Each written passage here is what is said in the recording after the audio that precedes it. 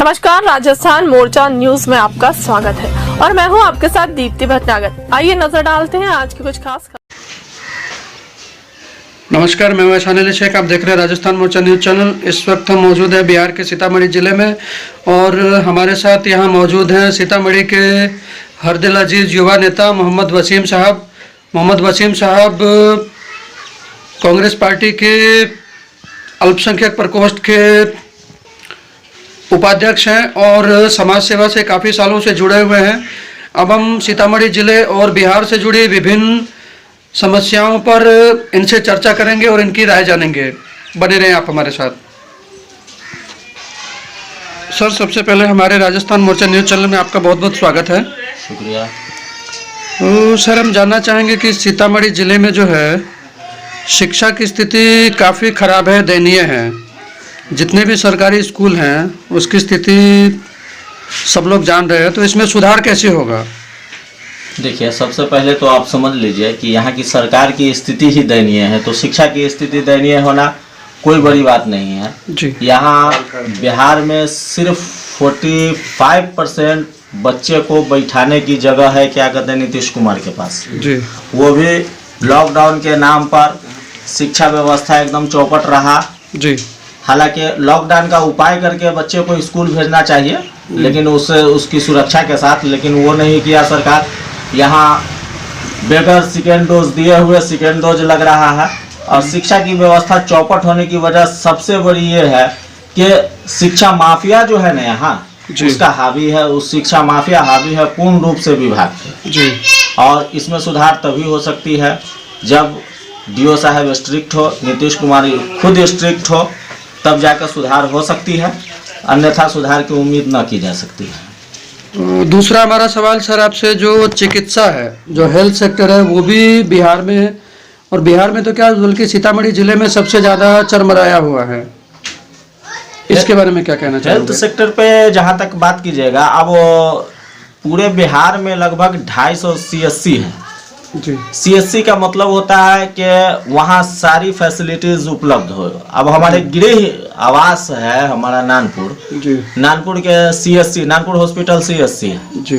लेकिन बदकिस्मती है कि यहाँ जब जाइएगा तो हेमोपैथ के जो डॉक्टर हैं वो OPD करते हुए नजर आवेंगे और वो सिप्रोफ्लॉक्सासिलिन और क्या कहते हैं सो बहुत लंबे लंबे एंटीबायोटिक लिखते हैं जी। दूसरी बात, कोई भी ऐसा हॉस्पिटल नहीं मिलेगा जो 2-4 लोग प्राइवेट को नहीं रखे हुआ है, चूंकि हर जगह सरकारी हॉस्पिटल को लोग यूज कर रहा है सिर्फ 2-3।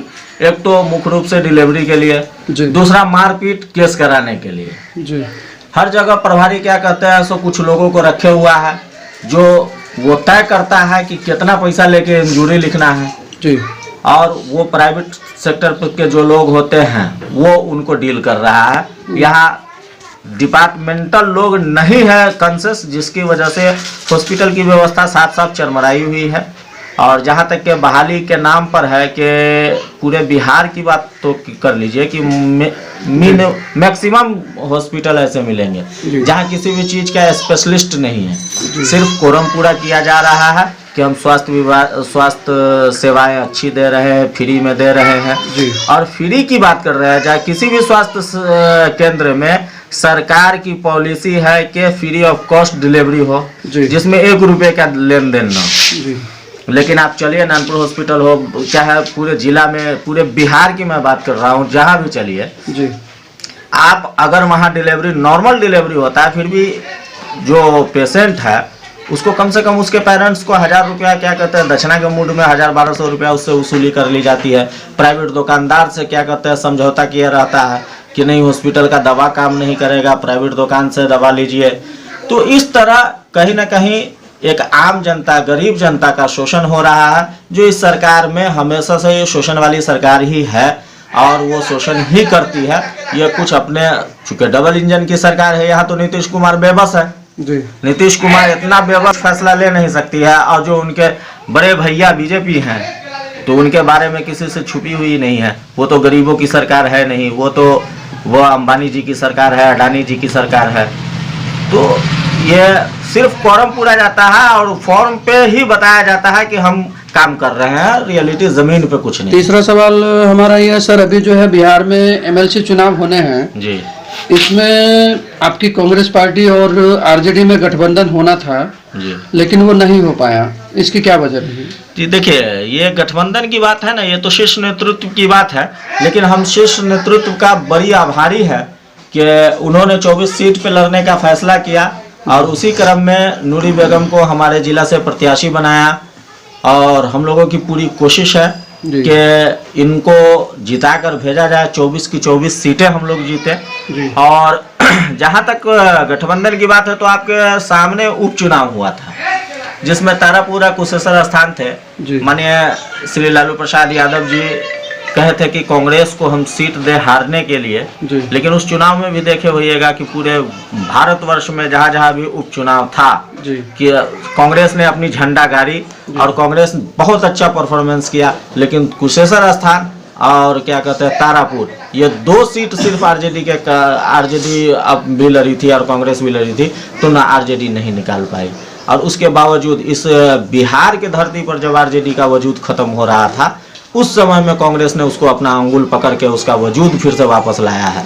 और बड़े बड़े लोग बड़ी बड़ी बातें करते हैं। सीतामढ़ी शिवर से एमएलसी प्रत्याशी नूरी बेगम जी के लिए काफ़ी लोग प्रयास कर रहे हैं, जगह जगह घूम रहे हैं, डोर टू डोर समर्थन मांग रहे हैं, तो कैसा महसूस हो रहा है? क्या उनको समर्थन मिल पा रहा है? जी देखिए, 2003 में असद साहब चुनाव लड़े थे एमएलसी के लिए, वहाँ 17 वोट से इनको हराया गया था, हारे नहीं थे। जी। जो पिछले विधानसभा के चुनाव में भी आपने देखा था कि जन समर्थन क्या कहते हैं सो महागठबंधन के पक्ष में थी, लेकिन क्या कहते हैं सो किसी तरह बेईमानी करके शैतानी करके उन्होंने किया। वही हाल असद साहब के साथ 2003 में भी हुआ था। जी। और असद साहब एक अच्छे सामाजिक नेता है और वो उस परिवार से जुड़े हुए हैं जो परिवार क्या कहते हैं हमेशा समाज के अंदर जुड़ा रहा। उनके चचा अनवारुल हक साहब खुद यहाँ क्या कहते हैं सो एमपी रहे हैं और एक बेहतर मजे हुए नेता रहे हैं, इसलिए हम लोग भी जहाँ भी गए हैं समर्थन उनको फुल है और बड़ी तादाद में समर्थन है। असद साहब की जीत सुनिश्चित लग रही है, वैसे अल्लाह की मर्जी है, लेकिन अभी जो फील्ड का हालात है वो असद साहब इंशाअल्लाह सर्टिफिकेट लेकर जाएंगे। केवल मुस्लिम समुदाय का ही समर्थन मिल रहा है या अन्य समुदाय भी समर्थन कर रहे हैं? अनवर साहब, आपको याद होगा कि अनवर साहब जेल भी गए थे जी। तो मुस्लिम के लिए जेल नहीं गए थे। आपको वो याद होगा कि वो जहाँ तक जन समर्थन की बात है, हर सभी प्रखंड में लगभग हमारे लोग कांग्रेस के एक एक योद्धा लगे हुए हैं और सभी लोग उनके लिए काम कर रहे हैं और हर जगह से समर्थन उनको है, चाहे वो किसी भी कास्ट के लोग हो, किसी भी जाति के लोग हो। जो हमारे कांग्रेसी जीत के आए हैं वो तो ऑलरेडी पहले से समर्थन में है और जो लोग नहीं है गैर कांग्रेसी है उनसे भी राब्ता किया जा रहा है और वो भी बहुत हद तक मूव होने की कोशिश में है। एक और सवाल जो है हमारा वो बिहार की राजनीति से जुड़ा हुआ है। अभी समस्तीपुर जिले के मुसरी घराने में जदयू के मुस्लिम नेता को बीफ खाने के आरोप में बीच रोड पर मार दिया गया, बेरहमी से मार दिया गया। उसका वीडियो भी वायरल हुआ, लेकिन अभी तक आरोपी के खिलाफ कोई कार्रवाई नहीं की गई नीतीश सरकार द्वारा।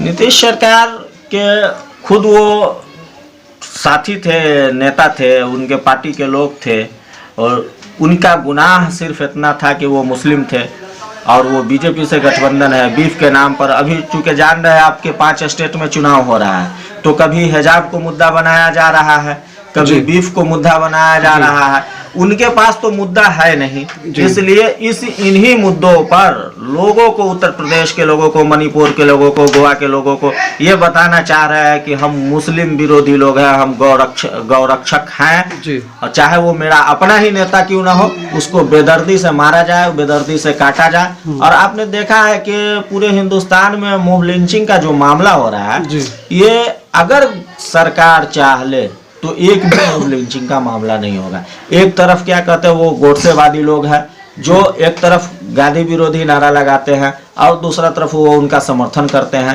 तो ये सरकार बीजेपी की दबाव में है, ये अपना कोई निर्णय नहीं ले सकती है। इस वजह से क्या कहते हैं उनको इंसाफ, मैं इस सरकार से जरूर अपील करूंगा कि वैसे असामाजिक तत्व को जल्द से जल्द आप अरेस्ट करें ताकि एक अल्पसंख्यक समुदाय को आप पे विश्वास हो सके कि नहीं, हम लोगों ने जो मुख्यमंत्री चाहे वो बेईमानी से ही सही आए तो कम से कम क्या कहते हैं सो हमारी रक्षा करे।